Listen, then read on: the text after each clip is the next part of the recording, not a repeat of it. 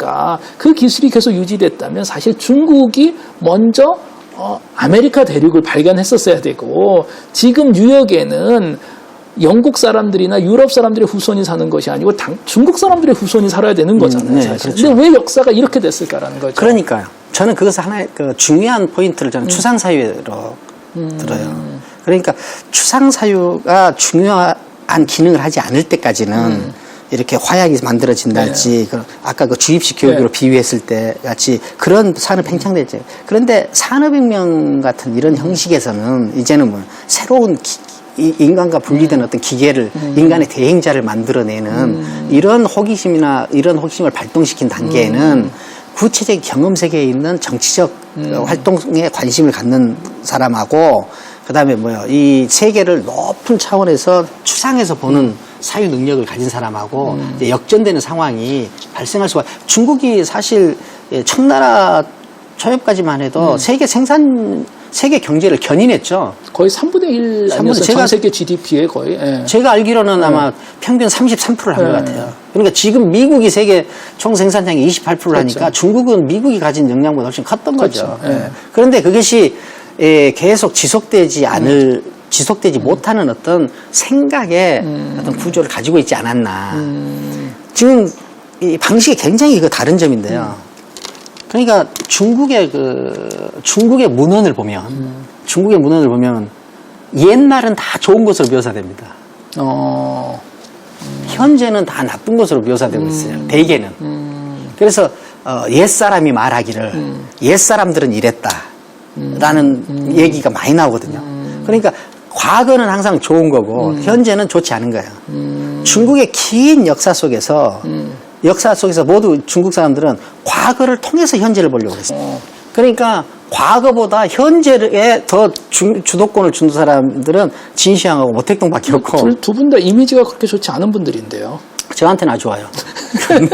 그리고 나머지 시대에는 다 과거가 더 좋은 거죠. 이게 하나의 서양과 매우 다른 특징이에요.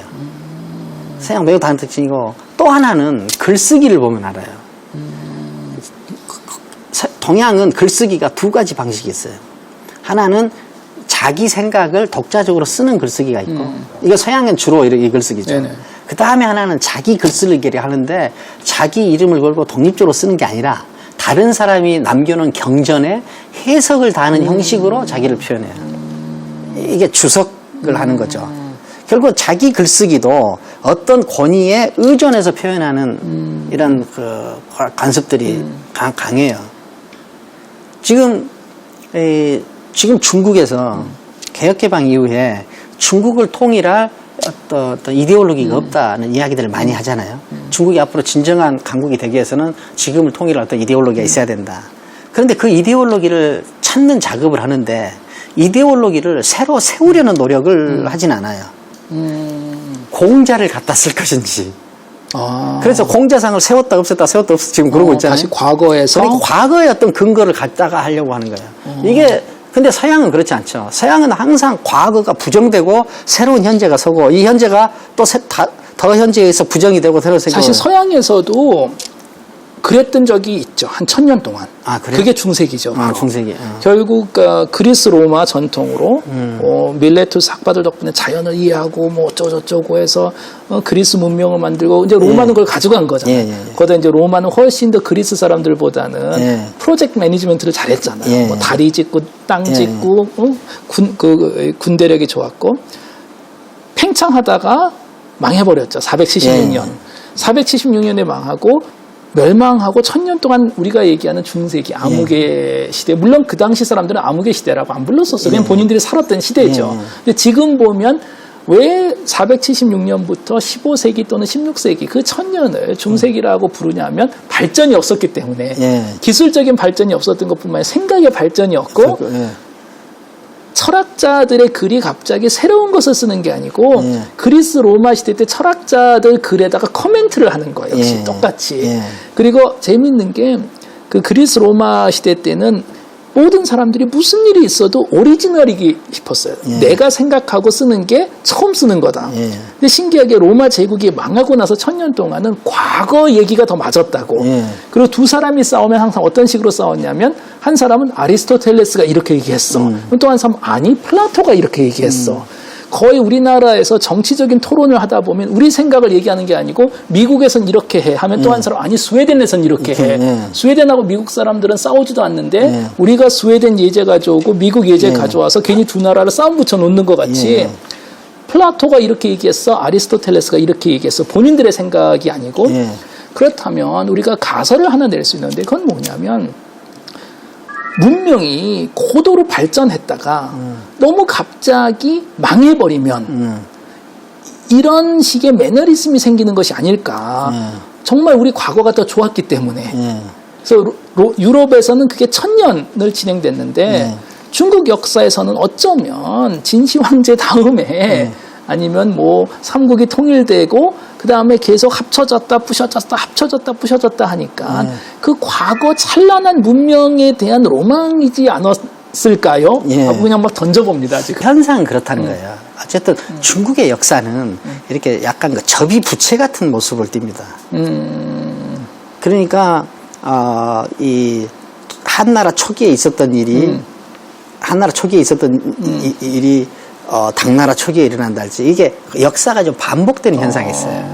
그 모형이. 그래서 이 레비스트로스가 서양은 뜨거운 역사고 중국은 차가운 역사라고 아시아는 차가운 역사라고 한 게 상당히 아주 정확히 보지 않았나 저는 그렇게 생각하거든요. 교수님하고 저하고 어쨌든 이번에 4번의 대화를 쭉 했는데 어떻게 보면 교집합이 하나 있는 것 같아요. 그 교집합은 뭐냐면 결국은 우리가 나는 누군지를 이해해야만이 세상에 대한 호기심. 근데 이 호기심이 나의 호기심이어야 된다라는 거죠. 그렇죠. 나의 호기심. 외향적인 호기심이 아니고 나의 호기심을 가지고 그 호기심이 사실 있어야만이 뭐 우리가 세상에 대해서 질문도 던지고 철학적인 높은 그렇죠. 시선으로 업그레이드 되고 그것이 결국 선진화를 만들어 간다라는 건데 그 가설이 맞다면 우리가 가진 문제의 결국 핵심은 나는 누군지를 우리가 파악하고 질문할 수 있는 능력이 시작일 텐데 여기서 문제가 생기는 거죠. 그건 뭐냐면 나는 누군가라는 질문은 이것은 오늘 강연이 아니고 제가 지난번 인공지능 강연 때 썼었던 구별을 하자면 이것은 비정량적인 질문입니다. 다시 말해서 내 나이가 몇 살입니까? 이건 정량화된 정보예요. 그렇죠. 나이는 얘기 안 하겠습니다. 하지만 정량화할 수 있고 내 키가 몇인지도 정량화할 수 있습니다. 그렇지만 나는 누군지는 정량화할 수 없다라는 것은 언어로 표현할 수 없다라는 거예요. 이것은 결국은 다시 말해서 우리가 이 자기 개발서 100번을 읽어도 배울 수가 없다라는 거죠. 그렇죠. 정량화될 수 없는 거기 때문에. 자, 그렇다면 또 역시 지난번 강연에서 그것이 결국 기존 인공지능이 50년 동안 했었던 거잖아요. 언어를 사용해서 세상을 가르쳐 주려는 여기에 돌파하고는 딥러닝 같은 학습 기반인 거죠. 학습은 경험입니다. 그렇다면 우리가 나는 누구인지 같은 비정량화된 지식을 얻기 위해서는 누군가의 설명보다는 내가 세상을 경험해야 된다라는 거잖아요. 그렇죠. 그런데 우리나라 교육 시스템의 가장 큰 문제가 세상을 경험할 수 있는 기회가 없는 거잖아요. 무슨 얘기냐면 현재 우리나라에서의 교육은 과거 50년 동안 실패했었던 기호적인 인공지능 방법을 사용하고 있는 거죠. 근데 이렇게 해서 가르쳐줄 수 있는 것은 이렇게 해서 산수를 가르쳐줄 수가 있고 영어 문법을 가르쳐줄 수가 있지만 절대로 비정량화된 수학을 증명하는 방법이라든지 셰익스피어 같이 글을 쓰는 건 못 가르쳐준다라는 거잖아요. 그렇죠. 이것을 하기 위해서는 우리가 경험을 해야 될 텐데 하루 종일 학교만 가는데 무슨 경험을 하겠어요, 애들이. 경험의 폭이 정말 작은 거잖아요. 그렇다면 우리가 다음 세대를 위해서라도 적어도 더 많은 것을 가르쳐 주려고 노력하지 말고 더 많은 것을 경험할 수 있는 그 시간을 줘야 되지 않을까. 아주 뭐 간단한 예제로 이 세상의 대부분 국가들이 학생들이 고등학교를 졸업하면 바로 대학교에 진행하는 것이 아니고 적어도 한 학기 동안 사실 쉬게 합니다. 왜냐? 쉬면서 본인이 인생에서 뭘 할지를 결정해야 되니까. 그리고 나서 이제 대학교 결정을 하는 건데, 지금 우리나라 현실은 고3 때 1학기인가요? 수능을 보고 인생을 어떻게 살아야 되는지 모르는 상태에서 학교와 학과를 선택하고 일은 다 끝났고 그 다음에는 그냥 설렁설렁 학교 또 몇 달 다니는 거잖아요. 예. 그럼 우리가 당장 바꿔야 될 것은 고등학교 3학년 2학기는 차라리 없애는 게 낫지 않을까. 근데 저는 우리가 보통 이야기할 때 다 이제 대개 이야기는 거의 그 관점의 차이가 그렇게 크지는 않은 것 같아요. 크지는 않은데 자, 독립적 주체로 해야 된다. 그런데 독립적 주체로 만들 때 교육 시스템을 이야기하고 그 다음에 어떤 이 제도를 이야기한단 말이에요. 그 시스템이 이렇게 돼 있는데 어떻게 하느냐. 그런데 시스템이라는 것은 일반성이거든요. 그러니까 모든 철학적 활동은 일반성을 벗어나는 일이에요. 교수님도 잘 아시다시피 모든 철학자들은 혁명가예요. 그 이전의 것과 결별한 사람들이죠. 모든 예술가는 다 혁명가들이에요. 그 이전과 결별한 사람들이에요. 그래서 비로소 문명의 지표가 되는 거죠. 그러니까 철학적 활동의 두 가지 핵심은 내가 볼 때는 이 독립성과 용기예요. 독립성과 용기. 그러니까 우리가 모두 다 다른 사람들도 다 이렇게 하는데 그다음에 시스템이 이렇게 돼 있는데 라고 말하는 사람들이 모두 다 대부분은 대학 교육을 받은 사람들도 그렇게 이야기를 해요. 자, 그러면은 그 시스템이 잘못됐다. 소비적이다. 낭비적이다. 소비적이고 낭비적인 줄 알면서도 그 시스템 속으로 들어가느냐. 그러니까 개인적인 저항도 충분히 가능해요. 개인적인 저항도 충분히 가죠. 자, 인류대학 가는 대신에 일단 이류대학 가자. 그 대신 독립적인 주체로 성장하자. 이류대학 간 다음에 그 다음에 또 대학원을 간다 할지 아니면 더 창의적인 활동을 할 수 있거든요. 그러니까 남들이 보기 좋게 그냥 인류대학만 가려고 그러고 그렇게 하다 보니까 시스템에 문제가 있다는 것을 아는 인간들이 그 시스템 속으로 계속 들어가서 그 시스템을 더 공고히 하고 있어요. 이게 굉장히 비독립적 행동들이죠. 그러니까 이 일상 속에서 철학적 독립과 철학적 용기는 일상 속에서 일어날 수 있어요. 그런데 그 일상 속에서 자기가 그 철학적 활동을 하지 않으면서 어떤 새로운 것을 기대하는 일은 아마 얻기 어려운 결과죠. 이제 마무리하는 단계에서 저희가 이제 오늘 그 주제로 다시 돌아온다는 철학과 과학. 저는 개인적으로 역사적으로 철학과 과학은 당연히 같은 것이었었고 같은 질문에서 시작을 했지만 방법론이 달랐던 거죠. 결국은 그렇죠. 어떻게 보면 과학은 실험을 해야 되는 거니까 철학은 깊은 생각을 하는 거고 다시 말해서 철학과 과학이 동일한 건 절대로 아니죠. 동일할 수도 없고 단 같은 질문에서 태어났다라는 것은 우리가 인정해야 될 것 같고 또 하나 중요한 거는 오늘 뭐 이 주제에서는 빠졌지만 저는 과학과 철학 사이 또는 그 옆으로 예술도 항상 존재해야 된다고 생각합니다. 그렇죠. 사실 이게 세 가지가 있어야만이 어떻게 보면 우리가 그 높은 시선의 인간을 만들 수 있다고 생각하는 이유가 철학은 어떻게 보면 철학이 가장 이 모든 것의 시작점을 계속 가지고 있는 거죠. 질문, 퀘스천인 거죠. 질문에서 시작을 한 거고 그렇죠. 당시에는 그게 철학도 아니고 과학도 아니고 그냥 질문이었던 거죠. 질문을 계속하는 학문이 결국 철학이다 보니까 모든 질문은 철학에서 시작을 했고 그렇다면 우리가 결국 어디로 가고 싶은 걸까? 저는 이거는 예술적 또는 아름다움이라고 생각을 해요. 그게 우리가 원하는 거겠죠. 우리가 추한 걸 원하는 게 아닐 테니까. 그럼 과학의 역할은 뭘까 하고 봤을 때 철학적인 질문과 예술적인 목적을 연결시켜주는 연결고리가 아닐까. 우리가 질문도 던지고 목표도 던질 수 있지만 사실 이거를 연결할 수 없으면 이건 사입이잖아요. 어떻게 보면. 그냥 허공에서 떨어져 있는. 근데 우리가 원하는 것은 이 두 개를 검증할 수 있는 것으로 연결시켜 주자라는 거잖아요. 그렇죠. 이 두 개가 다 연결만 잘 되면 대단한 걸 할 수 있을 텐데 이게 뭐 보이지 않는 고무줄도 아니고 상상의 고무줄도 아니고 아주 탄탄한 쇠사슬 같은 거를 묶어 놓는 역할이 결국 과학이다 보니까 우리 과학자들은 일상생활에서는 상당히 좀 보수적이고 따분할 수뿐이 없는 게 우리는 계속 검증을 해야 되거든요.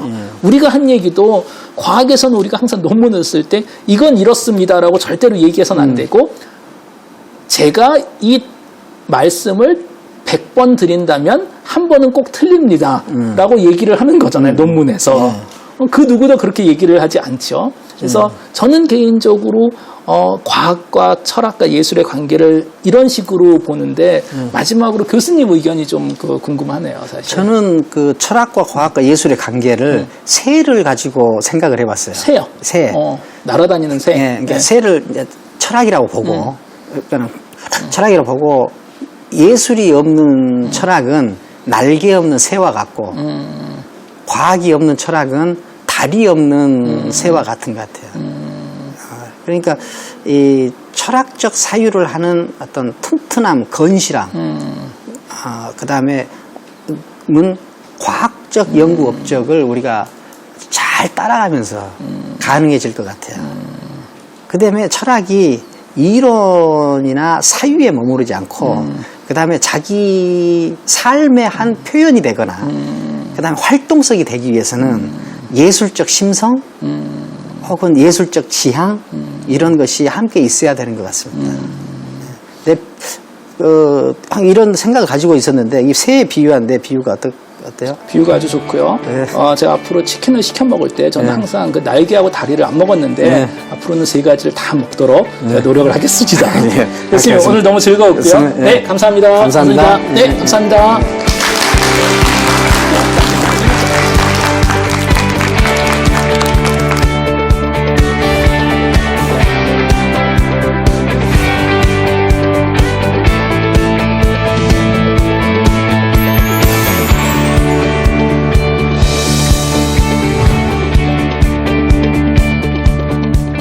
중국의 긴 역사 속에서 현재가 더 중요하다. 우리가 현재가 더 중요하다. 과거보다는 현재가 주도권을 가져야 된다. 그걸 보여주기 위해서 계획한 거라고 생각하세요? 아니면 시장과 원료를 찾기 위한 탐욕적인 행동이라고 탐욕적인 생각해요. 행동. 근데 그 탐욕적인 행동이라는 것이 인간을 해석하는 데 매우 중요해요.